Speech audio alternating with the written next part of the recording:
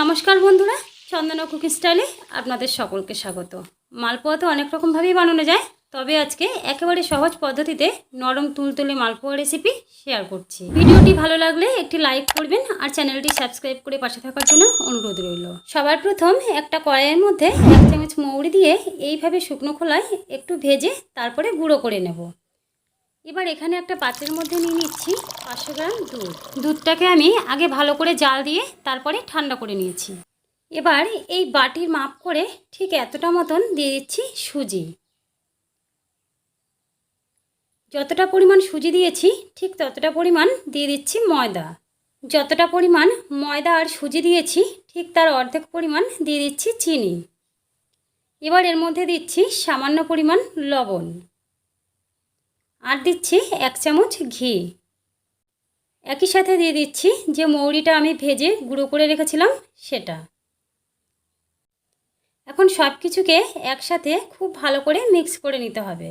বন্ধুরা, খুবই সহজ এই মালপোয়া রেসিপি তৈরি করতে। আর প্রত্যেকটা মালপোয়া দেখবেন একেবারে ফুলকো ফুলকো বলের মতন আর নরম তুলতুলে তৈরি হবে।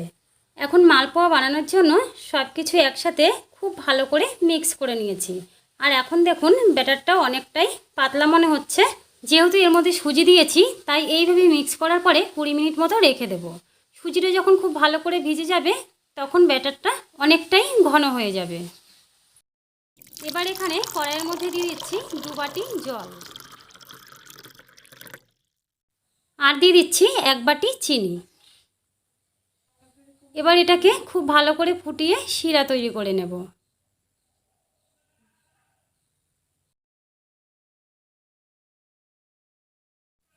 শিরাটা তৈরি হয়ে গেলে এইভাবে হাতে করে নিয়ে যখন দেখবেন একটু চটা চটা হয়ে গেছে তখন নামিয়ে নেবেন। এদিকে 20 মিনিট পরে সুজিটা খুব ভালো করে ভিজে গেছে আর আমাদের মালপোয়া বানানোর জন্য ব্যাটারটা ঠিক যেমন ঘন দরকার তেমনই তৈরি হয়েছে। এখানে কড়াইয়ের মধ্যে নিয়ে নিয়েছি সাদা তেল।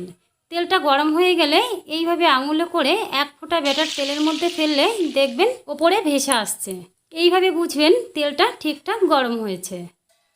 এখন ঠিক এতটা করে ব্যাটার নিয়ে হাতা বা কাপের সাহায্যে তেলের মধ্যে আস্তে করে দিয়ে দেবেন।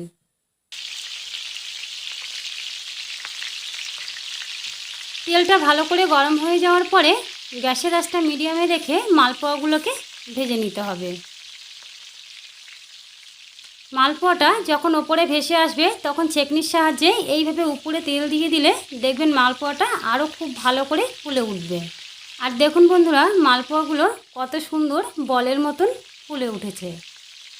মালপোয়াগুলো উল্টে পাল্টে ঠিক এই রকম কালার করে ভেজে তুলে নিচ্ছি। ঠিক এই রকম একইভাবে পরের মালপোয়াটাও ভেজে দেখাচ্ছি।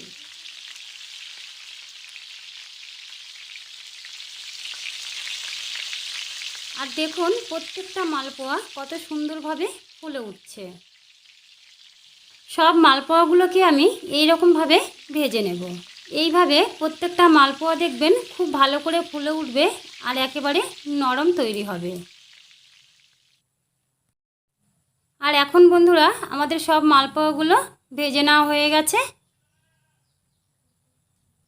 এবার যে শিরাটা তৈরি করে রেখেছিলাম তার মধ্যে আমি 2টো এলাচ ফাটিয়ে দিয়ে দিয়েছি। এখন এই শিরার মধ্যে সব মালপোয়াগুলো একটা একটা করে দিয়ে দিচ্ছি। এইভাবে শিরার মধ্যে দিয়ে মালপোয়াগুলোকে 10 থেকে 15 মিনিট মতো রেখে দেব। মালপোয়াগুলো দেখেই বুঝতে পারছেন যে এগুলো কতটা নরম তুলতুলে তৈরি হবে। আমি এখন মালপোয়াগুলোকে 15 মিনিট মতো শিরার মধ্যে রেখে দিয়ে তারপরে তুলে নিচ্ছি। তো বন্ধুরা, আমাদের খুবই সহজ মালপোয়া রেসিপি একেবারেই তৈরি হয়ে গেছে। তো আজকের ভিডিওটি কেমন লাগলো অবশ্যই কমেন্ট করে জানাবেন। দেখা হচ্ছে নতুন কোনো রেসিপির সাথে। সকলে ভালো থাকবেন। ধন্যবাদ।